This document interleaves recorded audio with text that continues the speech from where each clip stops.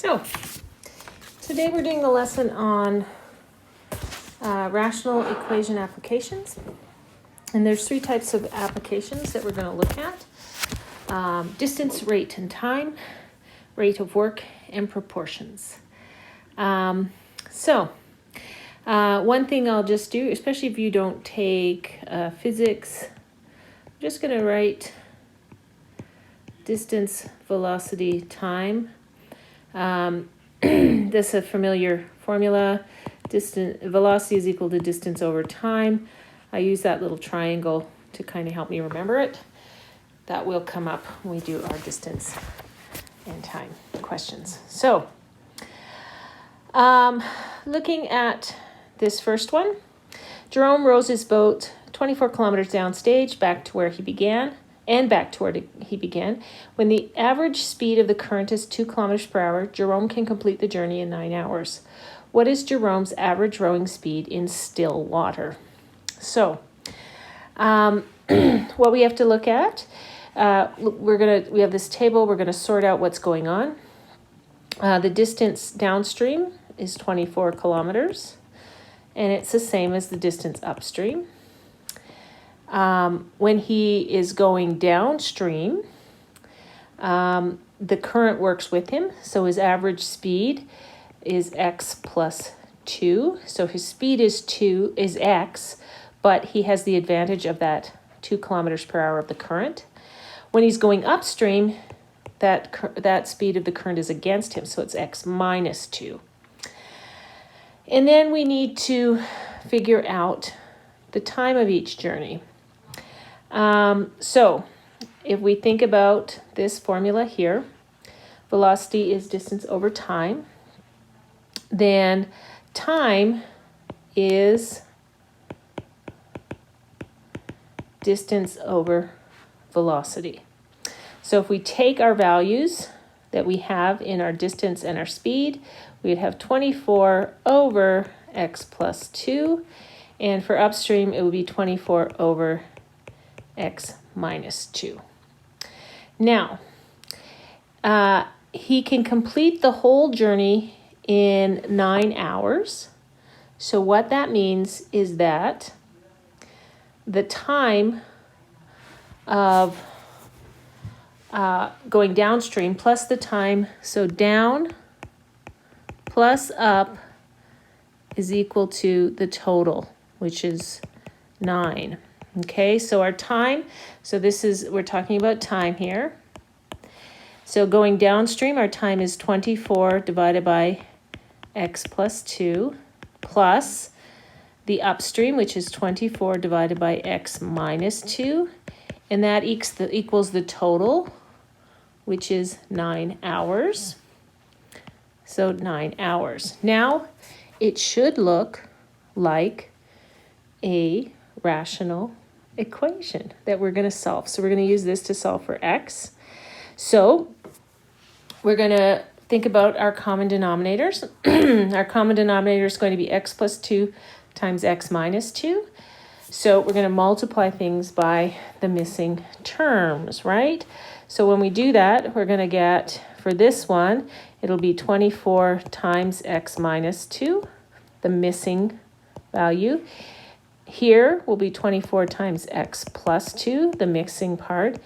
And then our 9 would be times both of them. So x plus 2, x minus 2. Big old mess. Okay, from here, we're going to expand out and we're going to solve. Okay, so expand the first one, 24x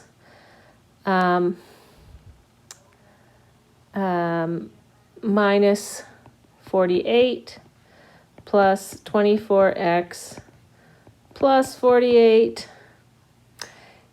equals 9 times, well, if I look at this is a difference of squared, it's x squared minus 4. So let's continue, sorry. I just wanted you to note though that minus 48 and plus 48 will cancel each other out. So we're going to have 24x plus 24x, which is 48x. And we're going to expand this out, 9x squared minus 36, because we are going to distribute that 9. Then it's a quadratic. We can see that from here. So we're going to move everything over to one side. 9x squared minus 36. Actually, let's put it in the right order, right? We're going to move the 48x over. So minus 48x minus 36. This is a quadratic. So we want to factor, right? And when we factor, well, first I can divide out a 3. So we want to simplify. So 3x minus 16x minus 12. And factoring this, you would probably use simple decomposition to factor that. So review your factoring. That's what I used. And I get 3x plus 2 times x minus 6. I don't have enough room to show you the simple decomposition, but that's what I did there. Now from there, my solutions tell me that x equal.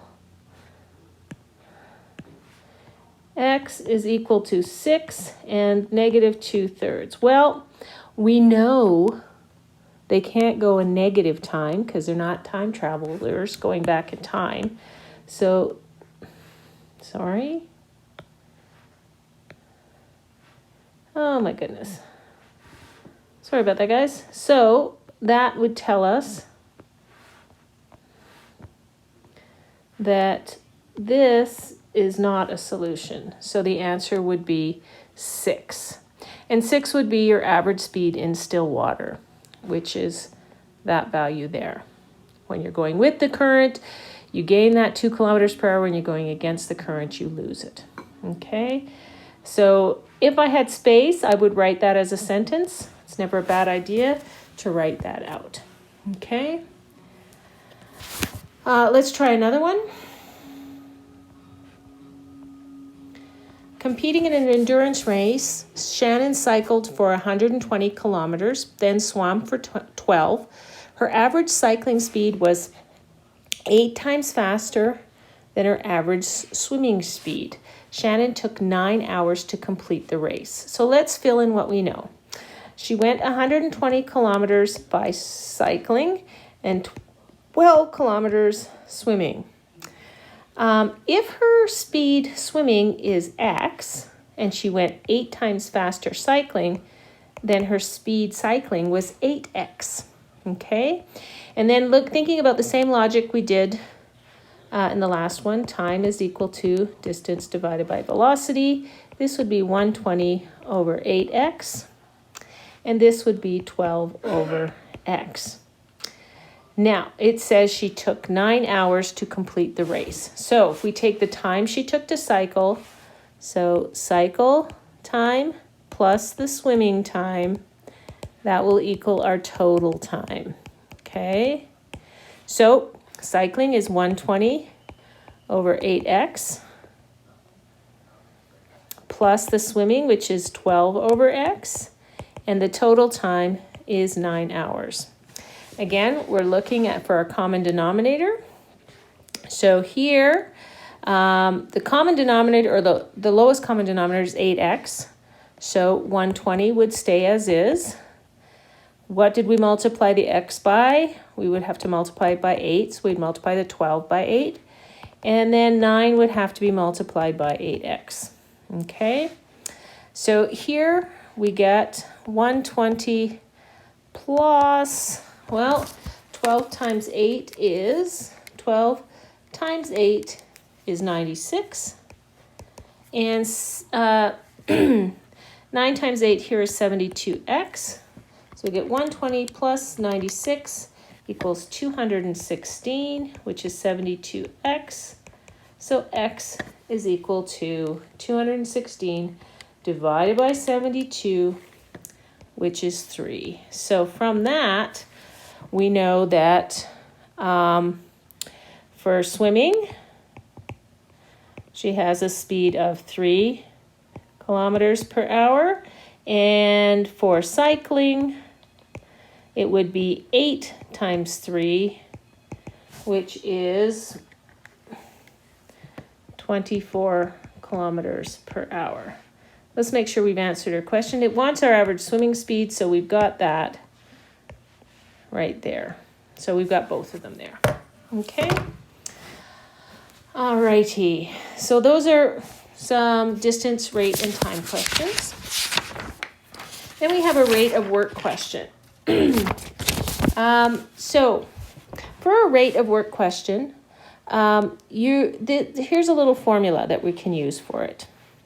T1 is the time of first person.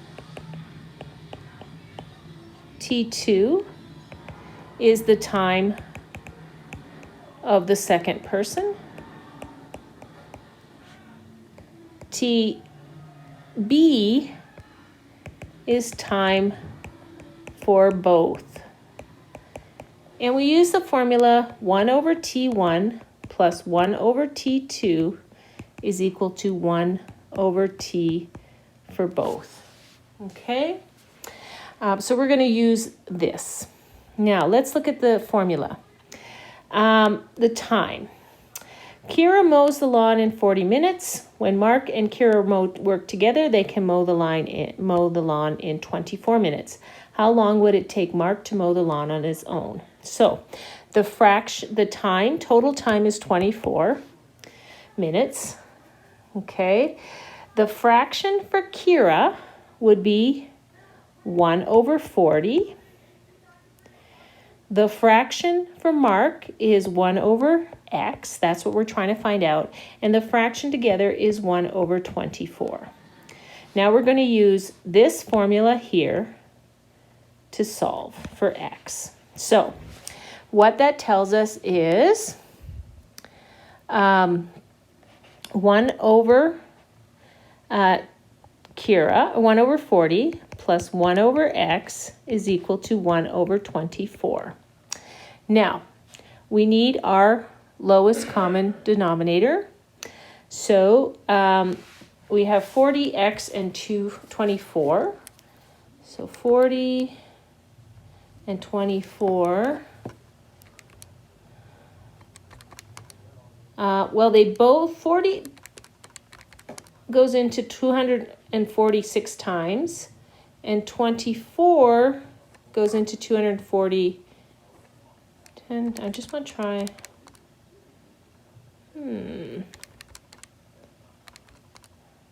I think my lowest common denominator, my lowest common multiple is 120x. Okay? So, if I times everything by 120x, it's what's left over, right? So 120x divided by 40 is equal to 3x, right? 120x divided by x is equal to 120. And 120x divided by 24 is equal to 5x. Okay, now I'm going to rearrange and solve for x. So, oops, I shouldn't have an equal sign there because it's a equation. So let's solve here. Sorry, scrolling up. So I'm going to move all my x's over to one side. So 120 is equal to 5x minus 3x. 120 is equal to 2x. So x equals 60. So that means that Mark would take 60 minutes to mow on his own. Okay? That Kyra, she's awesome. She goes really fast. So you do have to kind of remember this formula to use for these kind of problems. But as long as you can do that, you'll be okay. Okay? Now, there's also proportion questions. Here, antifreeze is added to water to make a solution that's used in automobiles. How much antifreeze must be added to 12 liters of water to contain a solution that contains 40% antifreeze? So we're talking about adding pure antifreeze. So in the original, so we have 12 liters of water. So we want to add antifreeze to make it equal to 40%. Okay, so it's kind of hard to do a table for this one. I'm going to kind of work it through with you guys. So we want it to be 40%, which is 40 out of 100. So we want to know how much antifreeze do we add to 12 liters to make it 40%. So that would be X out of 12 plus X. We have to add the X to the bottom because that's the total volume, right? Total volume. And the top would be the volume of antifreeze, of pure antifreeze. Okay. So X is the amount of antifreeze, and 12 plus X gives us the total volume. Now we're going to rearrange and solve. Well, we can just cross multiply because it's one of those nice rational equations that just has one term on either side. So I get 40 times 12 plus X is equal to 100 times X. So when I expand out, I get 480 plus 40X is equal to 100X. I'm going to rearrange. So I move the 480 is equal to 100X minus 40X. So 480 is equal to 60X. And then I just divide both sides by 60. And I get X is equal to 8. So that means we need 8 liters of antifreeze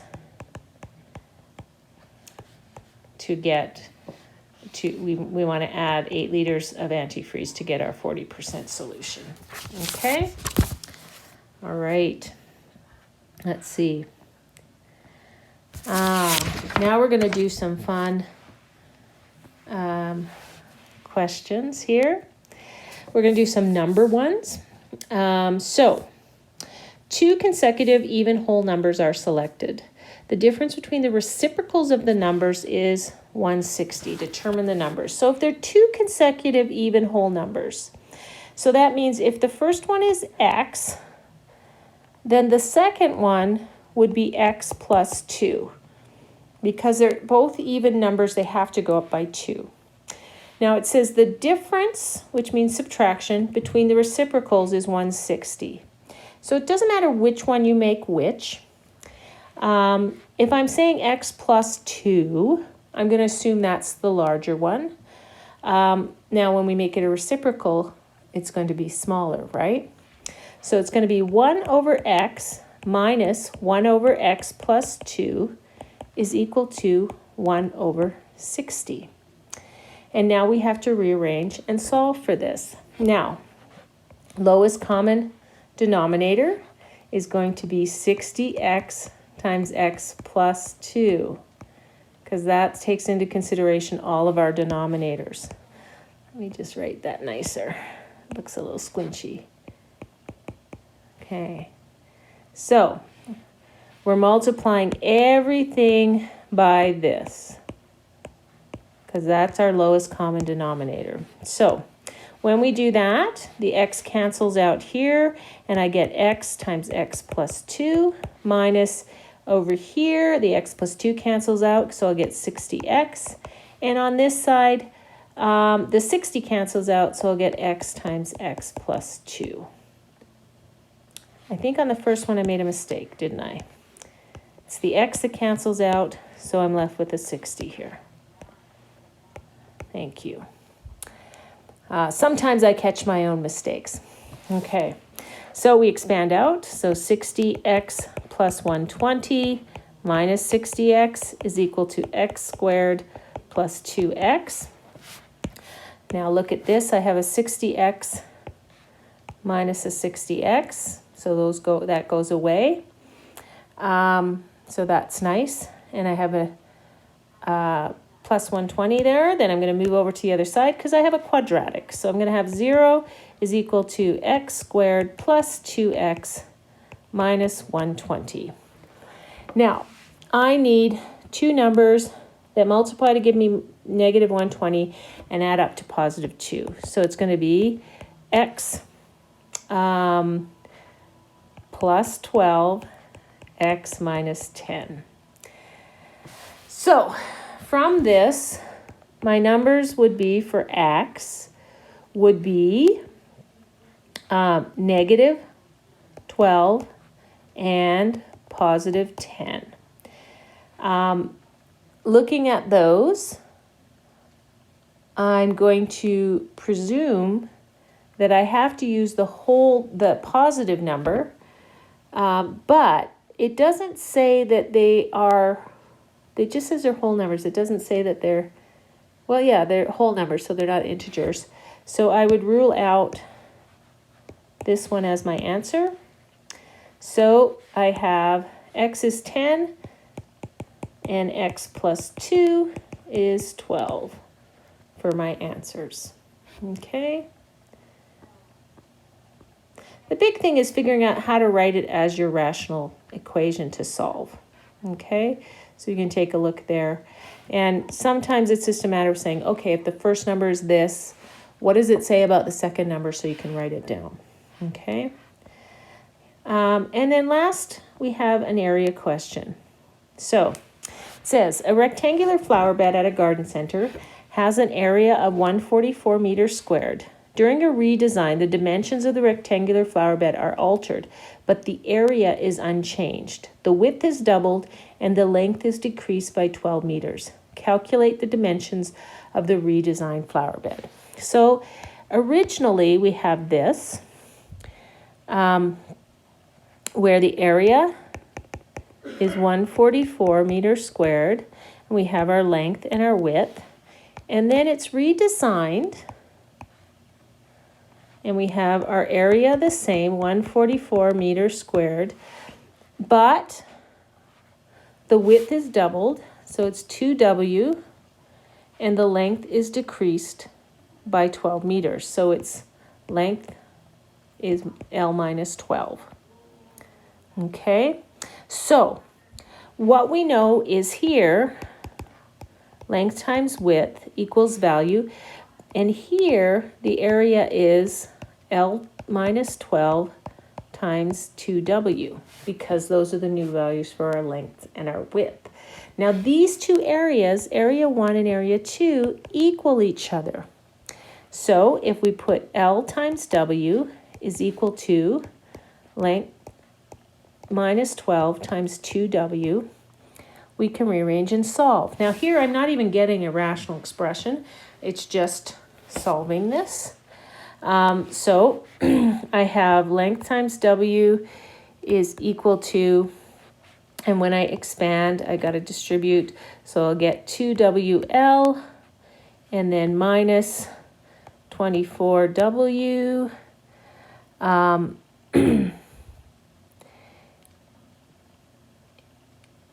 And then I get,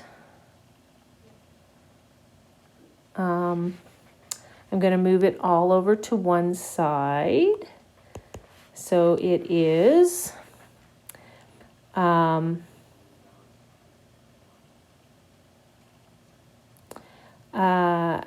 can subtract, actually what I can do, yeah, okay.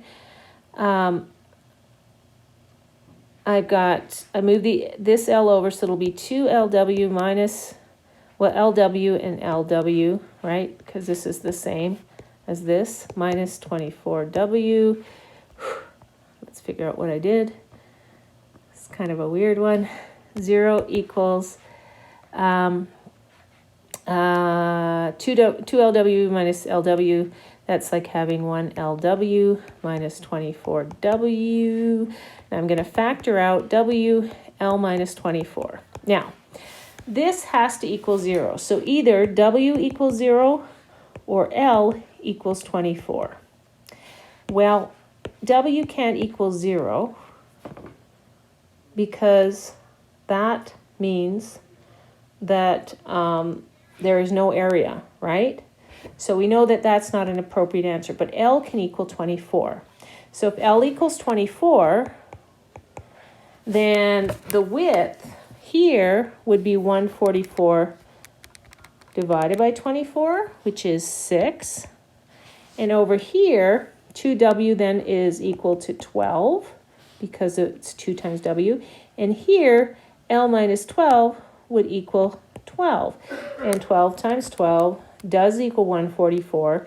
And 24 times 6 does equal 144. So, little bit of weird messing around, but and you have to think about what would make this give you a value of 0 and what would make this give you a value of 0 for thinking about factors. But that's how you do it. Now, a big part with word problems, draw pictures, make charts of information. You're going to get different scenarios and they're not all the same. So sometimes it's a matter of mapping things out. Sometimes it might be a matter of flip-flopping negatives and positives, but it is doable. Okay, and it is it's that whole problem-solving part. You're a little bit like Sherlock Holmes trying to solve the problem. Okay, assignment.